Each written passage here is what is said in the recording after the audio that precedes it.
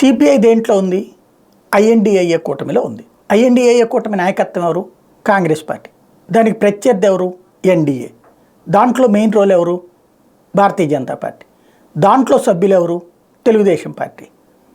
అయితే ఐఎన్డిఏ కూటమిలో ఉన్నటువంటి సిపిఐకి సంబంధించినటువంటి నారాయణ గారు ఎన్డీఏ కూటమిలో ఉన్నటువంటి తెలుగుదేశం పార్టీకి అదే ఎన్డీఏ కూటమి లీడ్ చేస్తున్నటువంటి భారతీయ జనతా పార్టీ వాళ్ళు టికెట్ ఇవ్వలేదని ఆయన ఆవేదన వ్యక్తం చేస్తున్నారు.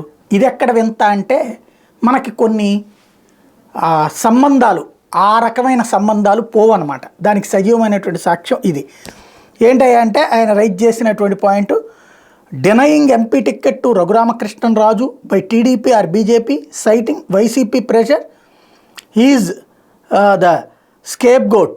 It's clear BJP has understanding with both TDP and YCP. రెండు తెలుగుదేశానికి వైసీపీతో ఇద్దరితో సంబంధాలు బీజేపీ కలిగి ఉందని ఈయన జడ్జిమెంట్ ఇచ్చేస్తారట.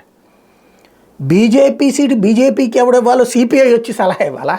ఇంకోటి బీజేపీ సభ్యుడే కానటువంటి వాడికి బీజేపీ సీటు ఎందుకు ఇవ్వలేదని సిపిఐ వాళ్ళు బాధపడుతున్నారు.